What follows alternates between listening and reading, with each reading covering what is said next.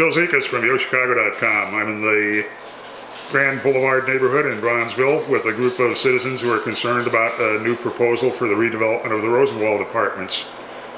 Please introduce yourselves for us. Hi, I'm Sharon. My name is Byron. Been in the community for 21 years now.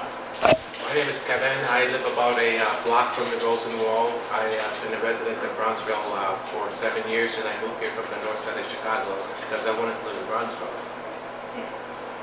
Hello, my name is Leroy. I'm visiting from Georgia, thinking about moving into this area. So I'm getting the information now that I need to make the change. I was born and raised in this area, so I'm very familiar with it. Thank you. Hi, I'm Lori. I've been in Bronzeville for 7 years, and I also work in Bronzeville.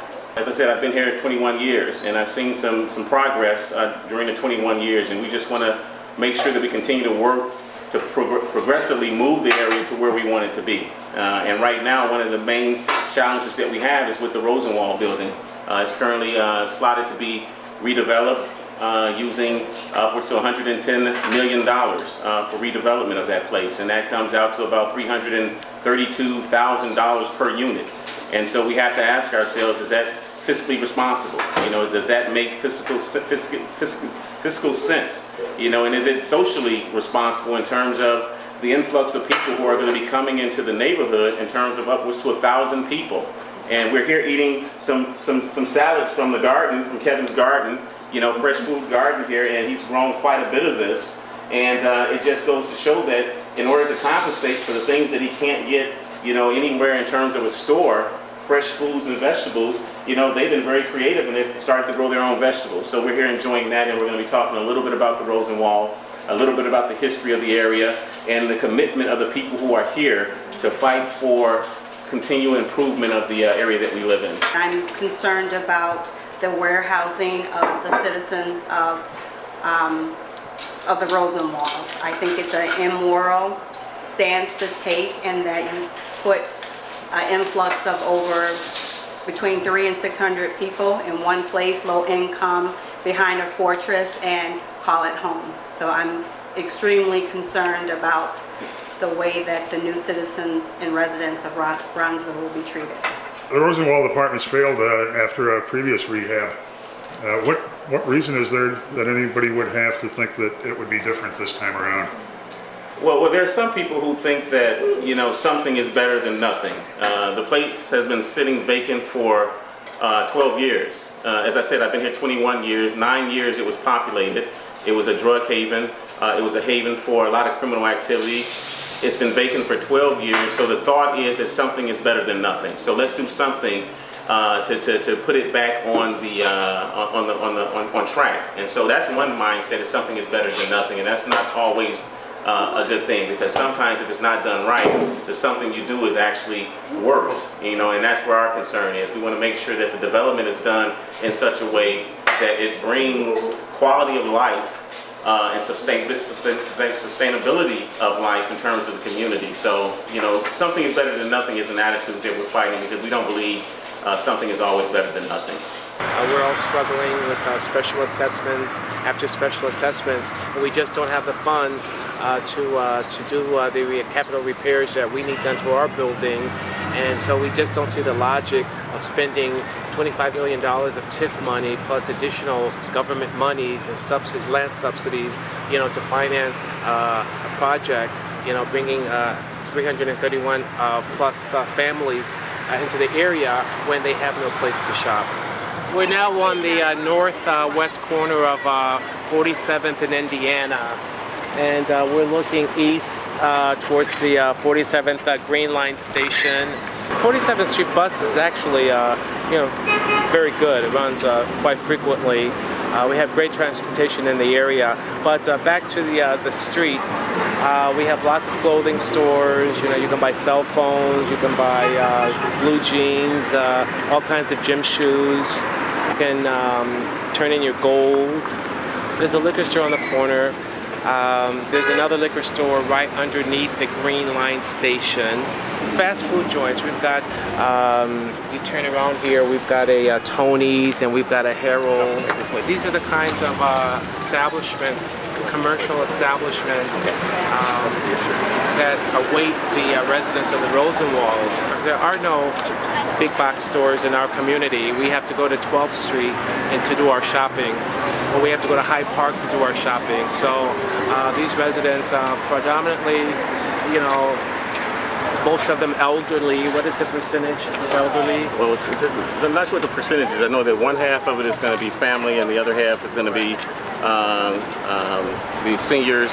So it's about 160-something units for seniors, and it's like an even split between the 331 units. So I don't know where these seniors would shop at. We've got tons of hair care stores here. You can get your nails done on just about, there's a nail shop on just about every block. So this is what awaits. We're now looking at a small portion of the Rosenwald Apartments, and we're viewing it from the Welcome Inn, one of Bronzeville's very few bed and breakfasts, and probably one of its best. Mel and Angie are the owners here, and tell us about your next door neighbor across the way. The building was closed the year before we moved over here because they had a similar housing structure over there, and it didn't work. It became gang and drug infested and shootings and just all kind of negativity going on over there. So they ended up having to close the building and actually move people out of there because they just had so many issues with it. And now they're planning on putting a similar kind of mix back in there. And we're concerned because they're doing that and they're not supporting it with the proper services. There's nothing here for them to do. They're planning to put families in there.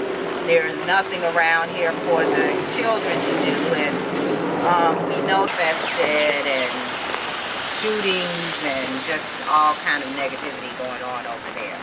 So they ended up having to close the building and actually move people out of there because they just had so many issues with it. And now they're planning on putting a similar kind of mix back in there. And we're concerned because they're doing that and they're not supporting it with the proper services. There's nothing here for them to do. They're planning to put families in there.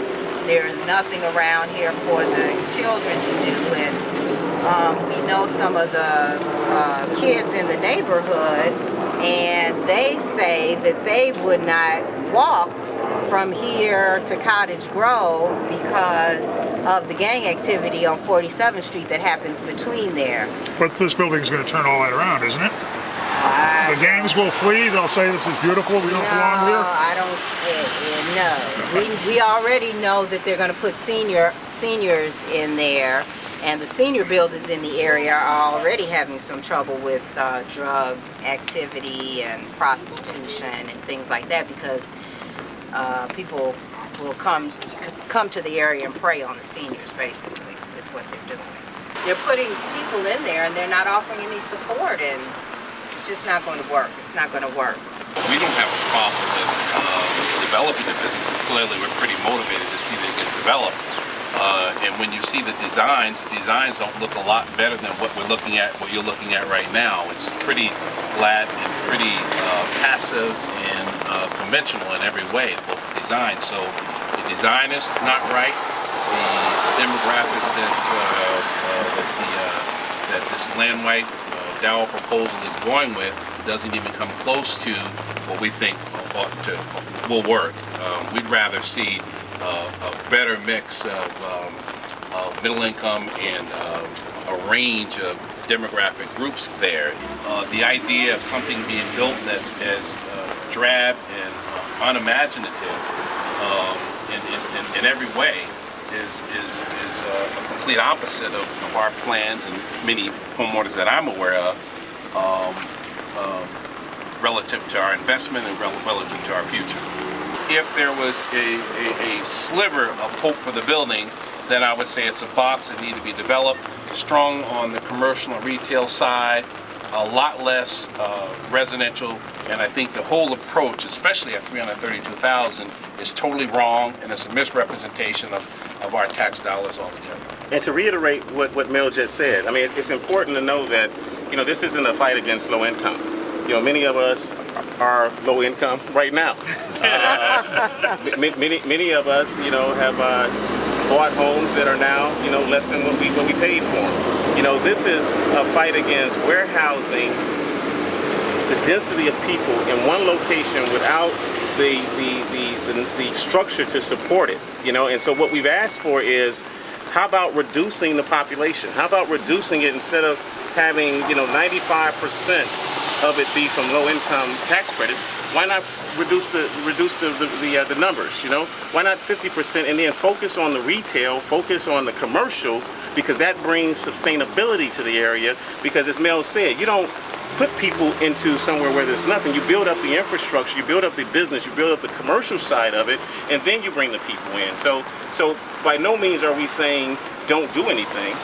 We're saying do the right thing such that it will be successful. And right now, the current plan, we do not believe will be successful.